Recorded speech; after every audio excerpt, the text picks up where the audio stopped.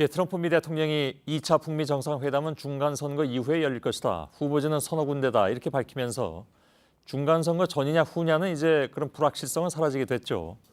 그런데 또 다른 불확실성이 사실 있습니다. 그러니까 미국의 중간 선거 결과에 따라서 북미 간의 비핵화 후속 협상이 어떤 영향을 받을 것이냐 하는 문제가 됩니다. 전영우 국제부장이 지금 스튜디오에 나와 있습니다. 자, 상하원을 모두 장악하고 있습니다. 지금 공화당이. 근데 적어도 하원은 질 것이다. 네네. 뭐 심지어는 그런 얘기도 있죠. 그러니까 역사적 사실을 보면 미국의 행정부가 첫 번째 중간 선거에서 이긴 예가 별로 없다. 2년 차에 좀 그런 예. 영향이 있었습니다. 있긴 있는데 별로 없다라는 예의도 있으니까. 근데 이제 선거 결과가 뭐 여러 가지 경우로 생각을 해봐야 되는데 네. 석패하느냐, 참패하느냐, 아니면 뭐 그럴 가능성이 없어 거의 적어 보이긴 합니다만 이기느냐. 어떻게 나눠서 생각을 해야 될까요? 우선 트럼프 대통령이 2차 북미 정상회담을 중간 선거 이후로 하겠다면서 한 말을 한번 보면은요. 그 중간 선거가 현재 발등에 떨어진 불 중에 가장 뜨거운 불이면 분명합니다. 예. 그 유세 일정을 조정하는데 너무 바빠서 자리를 뜰 수가 없다라고 얘기했습니다. 예. 또 이번 주면 거의 매일 그 밤늦게까지 이어지는 유세 일정을 담당하고 있습니다. 예. 그 판세가 만만치 않다라는 것은 예. 뭐 지금 트럼프의 유세 일정만 봐도 알 수는 있을 것 같습니다. 네. 근데 뭐 물론 아까도 말씀드렸지만 뭐 꼭 진다는 건 아니잖아요. 맞습니다. 결과를 봐야 되겠지만 그러나 미국 쪽에서 나오는 판세 분석에 따르면 하원은 넘어갈 가능성이 있다. 네. 이렇게 보고 있다는 얘기죠. 그 미국 정치 제도상 그 상원은 3분의 1 가량이니까 100석 가운데 이번에는 35석 의석이 지금 대상이고요. 하원은 435개 의석이 전체 다 대상입니다. 예. 그 선거 예측 기관으로 미국 언론이 가장 많이 언급하는 데가요. 리얼 클리어 폴리틱스인데 예. 이 자료를 보게 되면은요. 그 현재 상원에서는 공화당 우세한 지역이 48곳, 민주당은 그 44곳, 경함이 8곳으로 돼 있고요. 근데 선거 대상이 35개 지역인데 이 대부분 상당수가 민주당 현역 의원 지역구이기 때문에 예. 이 수성이 만만치 않을 거라는 예측이 반영된 결과고요. 예. 그 하원에서는 공화당 우세 지역이 198곳이고 민주당이 205곳, 그다음에 경합이 32곳인데 이 상원이랑은 반대로 경합지 대부분이 공화당 현역 지역이라서 예. 공화당 수성이 좀 어렵다는 분석이 나오고 있습니다. 예. 제가 미국의 중간 선거에 이렇게 관심을 갖는 이유는 네. 사실 뭐 다를 때 같았으면 그렇게 관심을 안 가질 수도 네. 있는데 바로 북미 핵 협상에 이 선거 결과가 어떻게 영향을 미칠 네, 것이냐는 맞습니다. 거잖아요. 네. 하원에서 질 경우에 어떻게 될 것 같습니까? 상원을 지킨다면은 참패는 모면하는 거지만요. 패배로 규정할 수밖에 없습니다. 예. 그 북미 회담이 막바지에 이제 이르고 있다는 분석도 있는데 그럴 때는 그 동력은 크게 떨어질 게 분명합니다. 미국은 우리나라랑 다르게 한 석이라도 많은 다수당이 위원회 상임위원장 의석을 전체 다 갖습니다. 예. 독식 체제죠.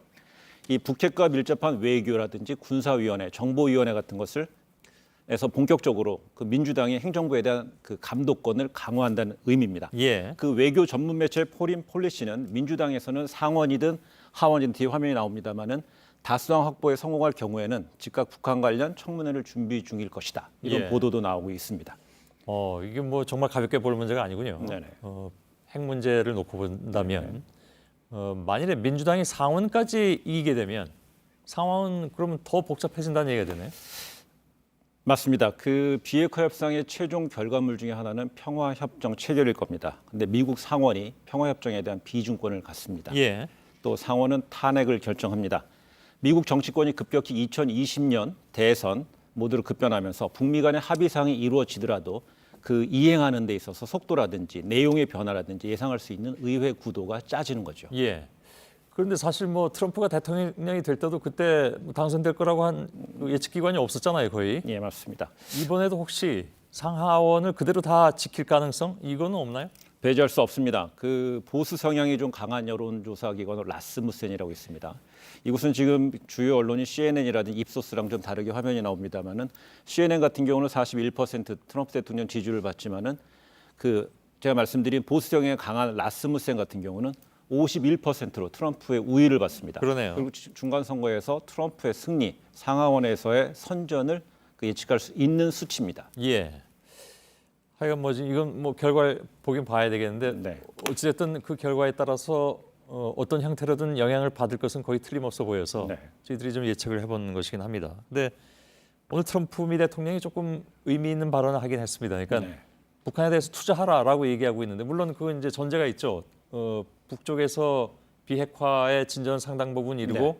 그에 따른 대북한 제재가 해결됐을 경우를 얘기하는 맞습니다. 것이긴 하지만 미리 앞서서 이렇게 얘기하는 것이 왜 그런 것이냐 하는 여러 가지 분석이 나왔습니다. 근데 오늘 트럼프 대통령이 말한 시점이요. 우리 오늘 자정, 그 지난밤 자정을 넘어가는 시점이었습니다. 새벽 1시가 좀 안 된 시점이었었는데 예. 이 자리가 그 지금 유엔에서 대북 제재를 강하게 주도해 왔던 그 니키 헤일리 유엔 대사의 어떤 교체 사실을 알리는 자리였습니다. 예. 이 자리에서 트럼프 대통령이 전 세계의 여론이 지켜보는 가운데 그 북한의 투자 분위기를 상당히 세세하게 좀 설명을 했다는 내용이죠. 예. 많은 사람들이 투자를 하고 싶어 한다는 내용이었는데 이 큰 틀에서 본다면 남북미 간의 그 제재 완화에 대한 움직임의 어떤 한 단초라고도 볼 수 있고요. 예. 근데 문제는 대북 제재라는 것은 유엔 제재에 의한 결의안에 의해서 작동되는 것도 있지만은 미국 의회가 주도하는 대북 강화 제재법이라는 것이 있기 때문에 예. 영향은 불가피합니다만은 남북미 간에 이루어지는 현재 어떤 구도 상황이라든지 결과물을 본다면은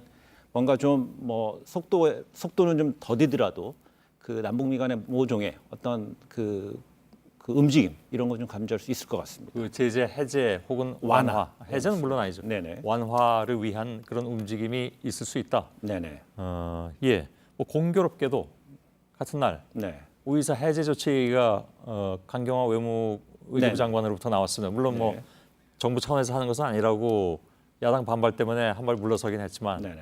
아무튼 우연의 일치라고 보기엔 좀 어려운 측면도 있지 않나 하는 얘기들도 나오고 있긴 합니다. 맞습니다. 그런데 이제 하나 말씀드리고 싶은 거는 선거 결과를 가지고 저희가 얘기를 했는데요. 예. 이 선거 결과가 어떻든 간에 그 트럼프 대통령의 손발이 모두 묶이는 건 아닙니다. 예. 트럼프 대통령은 행정권을 분명히 행사할 수 있는 것이고 반대로 의회에서는 사후 견제권을 강화한다는 측면이기 때문에 예. 이 그 북한 비핵화 협상에 있어서도 정책 추진에 있어서 협상에 있어서 속도에는 좀 영향을 받을 수 있지만은 예. 트럼프 대통령이 밀고 나가는 어떤 동력에 대해서는 어느 정도 이어질 것으로 볼 수 있습니다. 예, 알겠습니다. 전영호 국제부장이었습니다.